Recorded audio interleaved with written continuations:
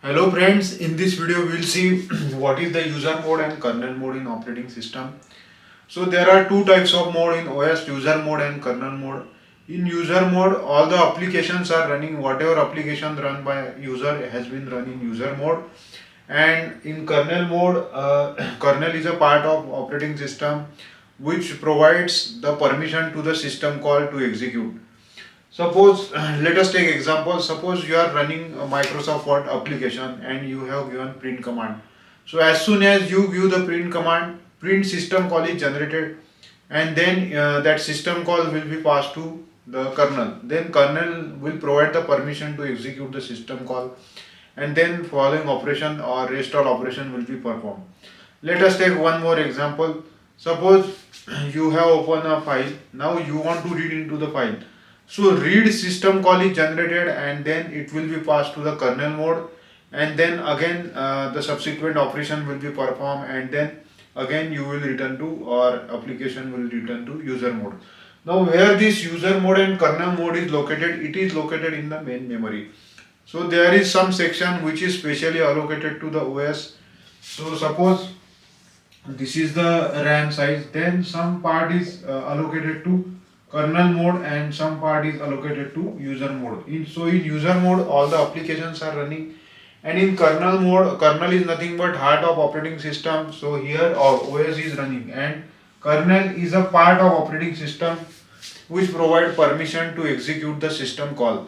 So let us take the example here. So here user mode is called as 1 and kernel mode is called as mode is equal to mode bit is equal to 0. Now suppose user is running the application or program. So it is in execution mode. At the time of execution, suppose user has given print command. So print system call is generated. So as soon as print system call is generated, it will be passed to kernel. Then kernel will provide permission to execute this system call. So when we go from user mode to kernel mode, one tap or interrupt is generated, and this switching is occur in between for the processor mode. Now this trap or interrupt is generated, then system call will be passed to the kernel mode. Kernel will check whether to provide permission to execute this system call or not. If it provide the permission, then that system call will perform subsequent operation. Then after execution of this system call, again the control will be returned to user mode.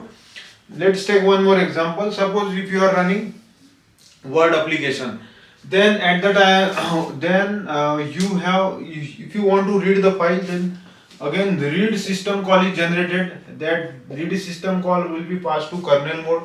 Kernel mode will execute that read system call, and then again it will come back to user mode. So here the transition occur from 1 to 0, 0 to 1. So this is happening. So so this is how the user mode and kernel mode works. So I do hope you understand the concept of user mode and kernel mode and why it is important. So that's it for this video. If you like the video, then please subscribe, like and share. Thank you.